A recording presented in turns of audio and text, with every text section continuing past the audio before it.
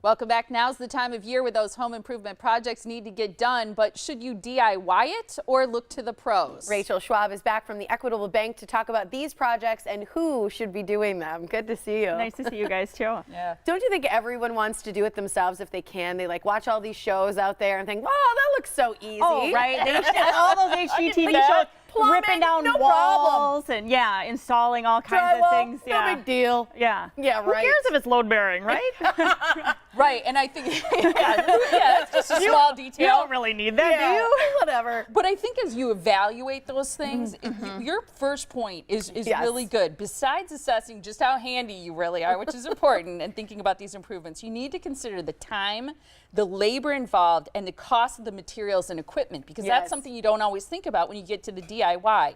Is it going to be cheaper actually to use a pro? Well, yeah, because the pros have those tools. They probably get lower. tools. The tools. I mean, some of that stuff, like, do you really own a buzzsaw? I don't know. Maybe you do. But, Right. you know, What do you is have- a buzzsaw? I got a bandsaw I don't know, table but that's at the home. first thing that came to mind. But Hanging out in your basement? Yeah, maybe you do have those tools, and maybe you are really handy. But are you going to have to take off of work? The contractors usually get better prices on materials as well Yep. because they do it in bulk. Yes. So those are things to consider. Also, the risk to yourself and to your property. You have to Oh, consider saws. that. Okay, You got yeah. a bandsaw table? I've used one before. Those fingertips come real close. Yeah, and Yes. I was not allowed to take shop in junior high because my parents said I cut off my arm, and I'm not kidding. Not allowed. Yeah. That's awesome. Oh, poor Molly. I know.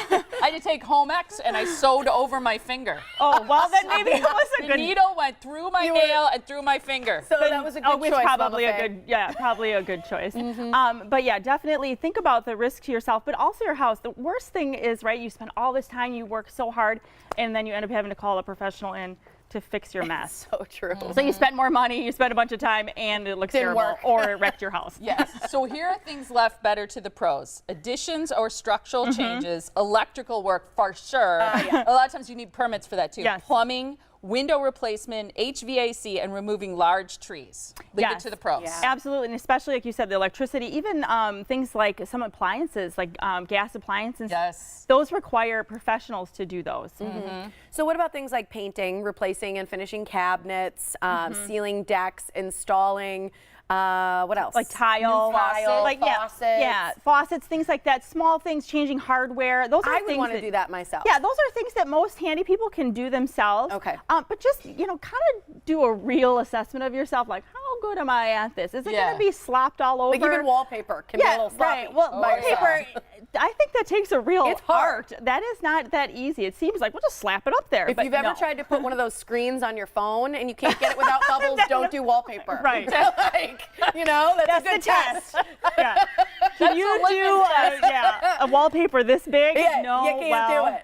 But no, those are things that most homeowners can do, and they're not also big structural things that will wreck your house. Yes. Okay, this is super exciting. If you've never heard of this, you need to, because there's something called a renovation mortgage. This allows you to purchase or refinance a home in need of professional repairs. But here's the deal is there's no need for a second mortgage with this. Yes. So this is great, especially right now. We were talking about there's not a lot of houses on the market, so people have a little bit less inventory to choose from.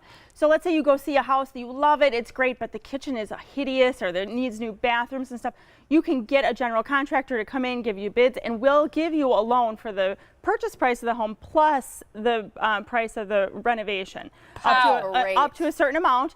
But then you can buy that house and you can renovate it all in one. That is so It's cool. so great. There's not a lot of people doing this on the market. The Equitable Bank does it. We know what we're doing.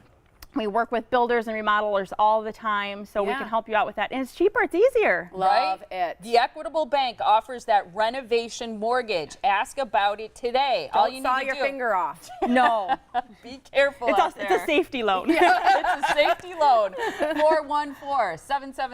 414-777-4411. TheEquitableBank.com. The Equitable Bank rocks. Yeah. Well, thanks. We Yeah. think Doing it so right. too. Yeah, great loans. You always have the best advice. It's Yeah. awesome. Thank Thanks, you, Rachel. Thanks for having me.